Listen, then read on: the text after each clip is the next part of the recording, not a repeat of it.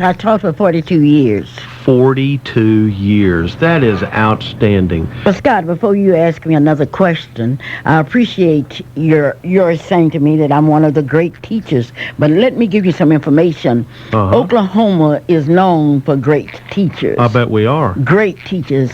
And I'm just one, and I'm a small one, but I know some great teachers, and I want to salute the teachers before you ask me any more questions. Gwen Faulkner's one of those that sits in here before me. Oh, yes. Oh, yes. Gwen Faulkner. I've seen her on TV lately, too. Oh, Gwen is out of sight.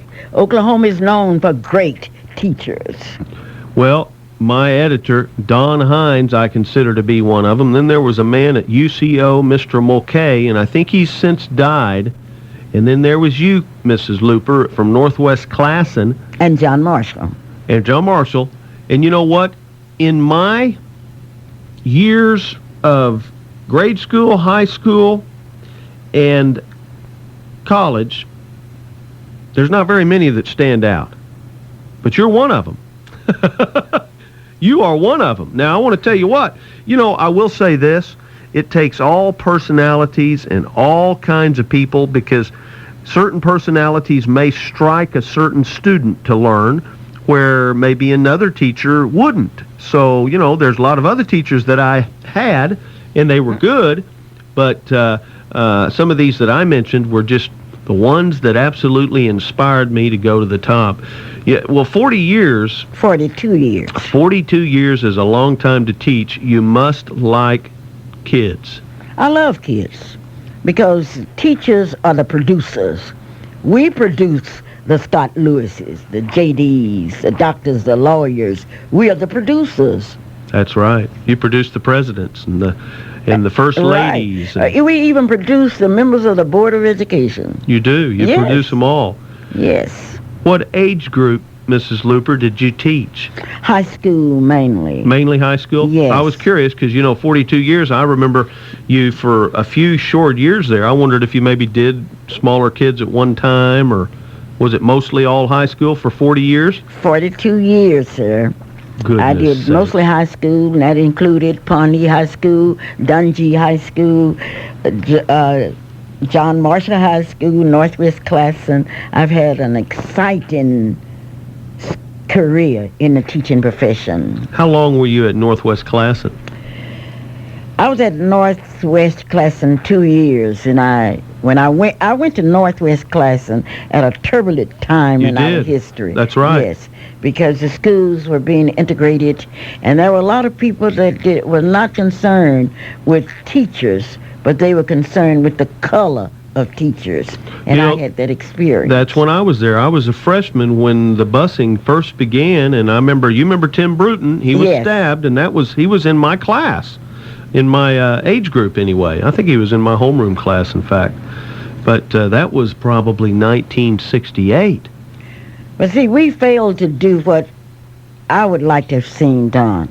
Because when the schools were integrated, if the administrators had given the black students the same consideration that they did foreign students that came to America, it would have been a different story. But we did not have that visionary leadership. I hear you. Well, you know what? It all goes back to there is an enemy of mankind. There's a spirit of good in the earth and a spirit of evil in the earth, and the spirit of evil is always trying to divide us. He tries to divide us in race, creeds, and colors, and that's what sometimes we talk about on our show. But that's not good, and united we stand, divided we fall. Is that true? That's what I've heard. Did you ever teach that? Surely. We could never determine what we are actually teaching. It's just like planting something in the ground and it comes up. Sometimes it doesn't look like you would expect it to look. That's good.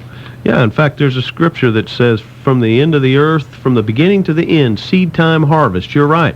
Sometimes you plant and it works out, and sometimes you plant and it doesn't, right? Right. Well, let me ask you this. Are there, or what are the differences between the kids of the 60s, 70s, and 80s, and maybe the children now from the 90s and this new millennium? Frankly, I don't see any difference. I really don't. And I visit schools about every week. But I think that it's not a difference in the kids. It's a difference in the parents, the environment, the churches, and what have you. Well, that's interesting. Folks, as I said, I'm interviewing Mrs. Clara Luper. She is a 42-year experienced school teacher from Oklahoma City. She's not 42 years old, but that's a good compliment if it was true, It really right? is. But she taught for 42 years all across our city. If you've got a question or a comment for Mrs. Luper, I want you to call us at 840-1000. You can be a part of this program, too, and we want your question or comment. It's important to us. 840-1000. Mrs. Luper, is our curriculum that we are teaching today, is it of value to produce good grades and high school, good grade and high school education? It's more to schools and grades. And when I told you that it was the environment, the ministers, let me give you a good example. At Dungy High School, we had a minister by the name of Reverend H.A. Walker, who knew his students in his church, and he would visit the school. And when that would happen, you would be surprised at the attitude of the students. Reverend Walker was concerned about his students, but today I don't know how many ministers visit the school, look at the curriculum, become involved.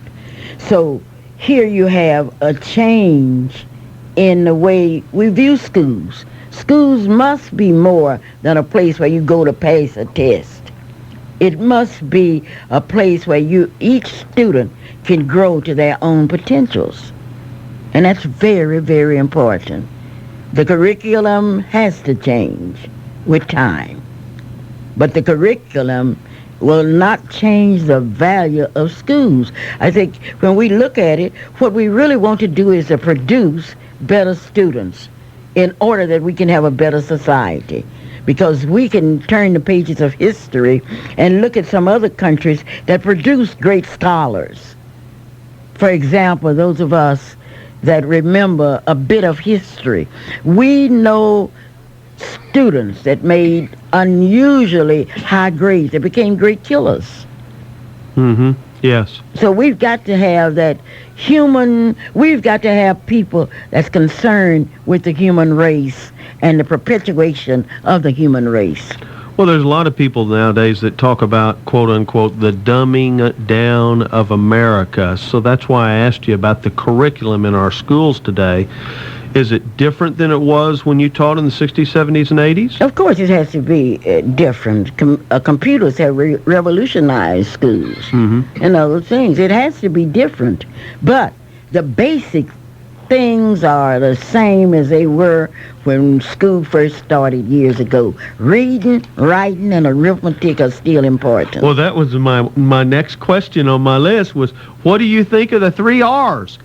I'm excited about the 3 R's because you cannot use your computer and other things unless you can read. You've got to learn to read. And one thing that I would like to see that would really change in American schools is languages. We should be able to speak 3 or 4 languages. That would make a difference. Ooh, that's good. Because in the next, let's say, 20 years, That's if you good. don't know 2 or 3 languages, you're going to be behind. In the United States, there's so many nationalities here now, right? Right. That's good. Well, folks, we're talking with Mrs. Clara Luper, and your husband's here with us too, right? Yes. Yes. He was kind enough to bring me out here tonight. That's great. Great to have you both. Folks, call us, please, with your question or comment, 840-1000. I'm Scott Lewis. You're listening to Breakthrough. We'll be back in a moment on 1000 KTOK. Saddam. There's no negotiations with Mr. Saddam Hussein. Osama. On the tape, Osama bin Laden praising recent attacks. Al-Qaeda. Whether he's alive or not, it's still going to go on without him. Terrorism. It's going to get worse before it gets better. America on the brink of The war. United States and other nations will disarm Saddam Hussein. Listen to what's happening now. A new alert says high. Continuing coverage on 1000 KTOK. Welcome back to Breakthrough. I'm Scott Lewis. JT, let's go right to the phone. We've got Anna on the phone, and Anna, you are on The Radio with Clara Luper. Hi, Anna. I just wanted to say that I totally support what she was saying about kids needing to learn languages. I just graduated from high school about 5 years ago, and my high school had 5 languages offered. That's good, Anna. Where did you go? Here in the city or in the Yes, state? I went to Putnam City. Putnam City. Original, yeah. I thought what Mrs. Luper said was very wise, too, for the future. I mean, I have 2 children now, and I'm trying to get some money to buy the Muzzy tapes for them so they can just learn how to, speak something other than English. There you go. Well, I agree with you. Thanks for calling in. Well, thank you for taking my call. Thanks, Anna. Bye-bye. Somebody likes you, Mrs. Luper, that's for sure. I'm proud of that. Well, I think she's right. I think, goodness, the foreign languages are important. That's one area that kind of escaped me. I didn't have a darn good Spanish teacher. Hey, teachers, it is possible to teach your students in an interesting manner. It really is. And Mrs. Luper did that. See, what I remember about your classes is you would teach a particular idea, and you did U.S. history, am I right? Right. And you would have your students act the stuff out. So, I mean, that struck their thinking and impacted them for life. And it was fun. Everybody loved it. And you know what? They remembered it. They got involved in it. They learned. And you said most of them excelled in your classes. They had to excel. That's my business. See, teaching is a business. And if you're teaching a class and you cannot produce excellent students, you have no business in the classroom. Now, I had a big sign, "Welcome to Luperland." And in Luperland, everybody is succeeding. As a teacher, you got to see what no one else can see. You've got to see, for example, if you look at certain things and you say, well, look at this student. Well, my students were diamonds. And therefore, sometimes you got to dig for a diamond, you got to shine it up, you got to rub it, and that's my job as a teacher. So in Luperland, and since I was teaching United States history, I had my classroom set up just like the United States of America. I remember that. With the departments of government, I had the president that was elected by popular votes, starting off, then by conventions, and then by electoral votes. I had the whole process, and sometimes I would start it backward in order that my students could correct me. That's fantastic. Well, these folks love you. We've got someone else on the line. JT, why don't you get Nancy on there? Nancy, welcome to 1000 KTOK. It's great to have you.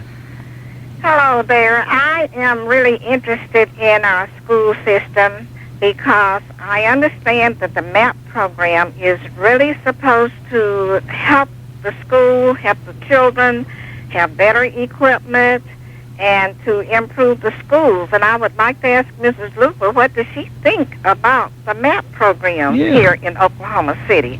Do you really feel that they are going to improve the schools, and how? Well, I think they have to improve the schools. As you know, Nancy, I've been very unhappy about our school situation here in Oklahoma City because I could not truly understand why the Board of Education would air condition schools and then close them. That was confusing to me. I could not understand why we would have so many computers and then the computers were not completely set up where all students could benefit from it. Now, I think as citizens in Oklahoma City, we must make the MAP program work. And in order to do that, we've got to keep putting pressure on the Board of Education. We must decide exactly what we want out of the Board of Education. And I'm looking forward to the day that before you can become a member of the Board of Education, you have to be an educator. But I know that's contrary to a lot of people's beliefs because I know as teachers, we couldn't get on the, what board, the optometrist board. We couldn't get on other boards. But see, in education, if you don't have to have educational qualifications to get on the Board of Education. And I think that's one thing we can do. But Nancy, we've got to make the MAP program work because we're stuck with it. Well, I hope so, because I have really been concerned about the schools, and I'm concerned about so many school closings. And since I worked at Star Spencer for about 23 years, I have been really disappointed because they have said that they were going to improve that school. And they have not done anything. In fact, it seems like we are going backwards instead of forward. You know what, Nancy? We'll get Kirk Humphreys or some of the school officials on here soon, and we'll talk to them about that. We've had them on before, and we're due again. Well, I certainly appreciate that, and I want to say thanks to Miss Luper, because she is a really top teacher, and she does so much in teaching now at the Freedom Center. Yeah. And since I have been working at the Freedom Center, we have an incentive program where we are teaching the kids all about history, That's great. etiquette, how to manage their money, and it is very interesting. In fact, I wish we could get more people interested in what we are doing at the Freedom Center. You know what, Nancy? One Sunday night, we'll just talk about that. I'll just write it down. We will talk about the Freedom Center soon, okay? In fact, I'll give my phone number tonight, Nancy, and you call me and leave your name and phone number, and we'll talk more about it, and we'll set up a show about that, okay? Okay. Thanks, Nancy. Thank you. Okay, Bye-bye. You bet. You bet. Nancy, thanks for calling. Tell me, Mrs. Luper, we found out what you think about the 3 R's, and I knew you was going to think that way about them. And that, I didn't used to think that way when I was in school, but when I started writing, when it started coming, you know what I thought? What? Oh, man, I wish I would have listened to my teachers. That's what I thought. I thought, man, if you would have just buckled down and listened to them, even though you didn't want to hear it, you wouldn't be going through this right now. I'm telling you. Last year I had the opportunity to go to Saipan and teach in a classroom. There were students in there in high school that could speak 4 or 5 different languages. Mm-hmm. And you're at such a disadvantage when you're traveling, you don't know the language. For example, in Tokyo, I was completely lost, but I was very fortunate in that I was a guest of Attorney Hill, and I had an interpreter and a photographer that followed me. But I wanted to learn the language, and I want to do that now. That's great. Well, never too late, is it? No, it's never too late. Never too late. And you're never too old to learn. Tell me, Mrs. Luper, did you ever did you ever bring your faith and relationship with God into the classroom in your teaching? It's always there. Because in the first place, I am very fortunate in that I came from a deeply religious home. My parents were religious. My father was a deacon at the Pilgrim Rest Baptist Church in Hoffman, Oklahoma, and at the Shiloh Baptist Church in Oklahoma City. My mother was a missionary lady and very dedicated to her profession as a missionary. My grandparents, who couldn't hardly read and write, had strong religious beliefs, and I had to memorize the book of the Bible before I was 8 years old. And I had a background. And one thing that I have learned about religion that is soaked into, call it osmosis or what have you, is that the whole basics of religion is love. And that love has to extend beyond the boundaries of families or communities. It must be a love that expands, that enriches your heart. And that's what I brought into the classroom. I love my students. And I had the opportunity to teach students of different racial backgrounds, religious backgrounds. I should never forget a young man whose parents did not want him in my class. He walked into my classroom, and we had to stand outside the door, as you remember. And he said, "Mr. Luper, I'm a member of the Ku Klux Klan, and I want you to know that my parents don't want me in your classroom." I said, "Oh, I'm so happy to meet you. I'm a member of the NAACP, and I'm honored to have you in my classroom." Well, anyway, the young man thought that I was going to feel something against him because he was a Ku Klux Klaner. And I say to this young man, I have a job to do, and I don't think you will let your beliefs interfere with my job. I've got to teach you United States history. Well, anyway, that young man and I became great friends, and I never shall forget. I never shall forget. One day he came in with a beautiful package. He had been to Alabama and brought me a present that was just so interesting. And he said, "Mrs. Luper, you know what? I love you." I said, "I am so happy because I love you." "Well, I thought you were going to hate me because I was a Ku Klux Klaner." And I said, "Young man, I want to teach you a lesson now. My favorite animal is a skunk." Because you don't know, a skunk will always let you know that he's around. Oh, well, There you go. That's interesting. That's great. Let me ask you this question and answer it as quick as you can, and we'll go to a break, and then we've got another caller. Mrs. Luper, should we have prayer in schools? In the first place, I think we should have prayer in school. And I think that the way we are going in this country now, we need prayer in school. And nobody can keep us from praying. You don't have to pray out loud. That's right. You have to pray when you go in. I know when I was in school, I prayed that I would pass a test. And I know that a lot of my students have prayed. You don't have to pray out loud to pray. Because God is a God that you don't have to disturb all the time with high words. You can just say, "Lord, have mercy upon me." Well, if you don't pray in schools, or if that's totally outlawed, we're going to have a lot more bad grades, aren't we? That's for I'm sure. telling you. Because I did a lot of praying. I just needed to, the Bible says don't test God. I was always testing him by not studying and then praying that he'd help me out anyway, and he did help me out. It just came years later when I started studying a little bit. Folks, we're having a wonderful show talking with Mrs. Clara Luper, our great Oklahoma City, 42 years of experience school teacher. We're going to take another caller when we come right back. Stay where you're at. It's Breakthrough on 1000 KTOK. Now, there's some place you can turn to when you absolutely, positively need the truth. And here's what I feel about you actors. I don't think you appreciate this country. You compare us to Nazi Germany. We liberated the world from Nazism, but you don't celebrate the greatness of America. You attack America and compare it to Nazi Germany. Sean Hannity is on. Sean Hannity right after Mike McCarville. Weeknight 6 to 9 on 1000 KTOK. Friends, do you want to kiss your girl in private? There we are. How are you? Oh, I am fine. You are on with Mrs. Luper. Well, I was going to ask her about the prayer in the classroom, but someone had that one, but I had 3 questions that's in my mind, and she may answer all of them or either one that she'd like to talk about. And one thing that I'm really concerned about is the reducing of the faculty that the school board is doing. So since the MAP program, they're building a lot of new schools. And then they have money to build the schools, but they do not have money to pay the teachers. And I'd like for Clara to tell me, what are we going to do with all of these new schools if we're not going to have any teachers to put in them? And look like to me, I don't know what is MAP, and they say the MAP. I'd like to know who's the MAP and what is the MAP and where the MAP that would decide to build new schools when they didn't have enough money to finance teachers to go in the old schools that we already have. But now you may enlighten me on that.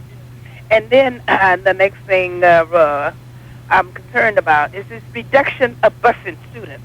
And they're having to walk so far in the cold because a lot of parents do not have cars. So what does she think about them reducing the busing system that they're reducing? Okay, well, listen. And changing the names of schools. Why is that important, and where does the importance come in? Okay. I'm sorry about that. Okay, Liddy, why don't you hang up and listen? We'll get Mrs. Luper to answer that, okay? I sure will. There you go. Okay, here you have asked me 3 questions. In order to understand the building of the schools, you have got to understand the language of the bond issues that are involved. Those bond issues specified what could be done with that MAP money, and that has to be done. The next thing that we are going to have to do, it looks silly to build new schools and you don't have the teachers to go to those schools, not the buses to take students. That's a problem that the Board of Education will have to wrestle with this year. You asked about the reduction of buses. That's confusing to all of us because if I can read clearly, at the beginning of the school term, we had signs all over town saying, wanted bus drivers, wanted bus drivers. Well, why in the world would we want bus drivers knowing that in 4 months we would reduce the bus drivers? So I'm very concerned about that, but that must be answered by your Board of Education and the administration. The next is change the names of schools, and that's very, very important. At first this year, Douglas High School was recommended by a committee that they would change that name. And the people in the community, Ms. Vera Barr, the Douglas Alumni Association, say, no, we don't want the name changed. And even today, you have a lot of people that's discontented because somebody has stated that they are going to take Douglas High School, they are going to change Douglas High School where it will face 10th Street. And that would be a tragedy in education. What do you think about that, Miss Luper? I You think disagree with it? Of course I disagree with it, too. Because in first place, you are what you see over a long period. Well, in the Bible days, they would build memorials to remember things. And in all reality, Douglas High School, Star Spencer High School, Northwest Classen, whatever, Old Classen, John Marshall, these are all, to some extent, memorials in this city. That's right. And some of us were produced from there. Hey, folks, don't do that. That's right. I think that in the first place, there are a lot of people who do not want Douglas High School facing Martin Luther King Avenue, Boulevard, or street, because of what Martin Luther King stood for. And I don't think the people in this community will let that happen. Well, I think if they want to do something or have a new name, George Bush Junior High or something, then you need to build a whole new school. Well, I will agree with you 100%. That's what you need to do. If it's Douglas, let's leave it Douglas. If it's Martin Luther King or whatever, let's leave it alone. Don't destroy our history, please, I agree. And our heritage. I agree. Let's just grow north, south, east, and west, and do new stuff, but stay the same and make the same stuff better. Sorry, I got on a soapbox, and I'll get down real quick. Forgive me. We're talking to Mrs. Luper. And you know what, Mrs. Luper? We have a voice from your past on the phone. I'm not even going to tell you who it is. But, hey, welcome to 1000 KTOK. Well, thank you very much. Yes. Clara, my name is Frank Thurber. Oh, my gracious. I'm talking way back, and almost like in 59, 60. Wow, Frank. One thing I want to say to the listeners is that although Clara Luper, Ms. Luper, has received many honors in her years of teaching and working in the civil rights movement and so forth, one of the things I feel very strongly about is she hasn't received national recognition like she should have. I don't know whose fault that might be. She probably wanted to kind of... It's yours. But Frank, I agree with you. I think it's Frank's fault. Well, you remember that first service station out Yes. of 23rd and Eastern? Yes. We put remedial reading classes in for the kids at that school. Yes. You recruited a bunch of us. I was working at the medical center at the time, and you put out a call for people that wanted to help kids learn how to read better. I never have run into such a bunch of bright students. I felt completely out of place with some of them because they were so bright, but yet they were being they were so what? They were being taught. They weren't being taught phonics at the time. I think they were taught, the remembering kind of rules and regulations of the English language. But you changed some things for them, and some of the curriculum that we used, and I saw the difference in a matter of just a few days in some of those kids. I don't know what method or system. I can't remember exactly what it was, but that's one of the things that you should have got some national recognition over. Well, thank you. Especially in the school system here in Oklahoma. Well, thank you. I just want to put my 2 cents worth in on that. That's more than 2 cents. Frank, where were you in class with Mrs. Luper at? Well, I wasn't in class with her. I was working at the medical center, going to school up at Central State, and she wanted to, she knew that a lot of kids were getting out of class and were kind of, left alone a lot of times, but she felt like that they could stand some remedial reading classes, and she set that system up out there. And I guess we probably ran, the time I was with her, we probably ran 300 to 400 kids through that thing. And she even, I think, had some of the teachers at Douglas and at, I forgot the other name of the elementary school there close to Eastern and That's where the old YMCA used to be. Well, Frank, we're still doing that at 2609 North Martin Luther King, and we still need you to help us. Great, Frank. I think I can do that. Okay, Frank, be sure and call me. Thanks for and calling. Give me some more information about you. I'll do it. Thanks, Thank Frank. you very much. Thank you for calling in, buddy. You bet. Bye-bye. See you later. Bye-bye. Folks, we're having a great time with Mrs. Luper, and we just don't have enough time. But we're going to come back at the 10 o'clock hour, hold her over for a few minutes, because we're going to talk a little bit about Black Heritage Month for a moment. And I asked Mrs. Luper to prepare something about maybe a famous person that had great impact in our state or country or whatever, and she's going to do that for us. Bottom to the top, or someone who made a great difference. And then, Mrs. Luper, you've got an announcement too about a meeting you're going to do. Oh yes, this is Black History Month, and on Thursday night at 5th Street Baptist Church, 801 Northeast 5th Street, we will present the songs of our people that will be presented by that great choir from Langston University, directed by Miss Franklin. But I am real excited because during Black History Week, we will have the opportunity to speak all over this state. There are programs that are arranged. I will be at New Zion Baptist Church Sunday at 3:30 while I was speaking. I'm excited about that. And then on the last Sunday, we are having a Lucille Williams down-home dinner. Now, you need to come because you got to see what people really eat down home. But you've asked... Fried chicken? Oh, you'll be surprised. We're going to have everything. Good. But today I would like to salute a great teacher. Yes. A teacher that has influenced so many people in Oklahoma City. Her name is Freddie Mae Stevens, born in Oklahoma City, November the 14th, 1905. Educated in the public schools of Oklahoma City. Graduating from Douglas High School in 1925, specializing in early childhood education at Kansas State College in Kansas State Teachers College in Pittsburgh, Kansas. She went on to get a Bachelor of Degree from Central State and a Master's degree. But what was great about this teacher? What was great about her? She was so great until teachers were sent to her classroom to observe her methods of teaching and her positive approaches to young students and their parents. She was called by many Miss Westtown. In her classroom, you would find many toys.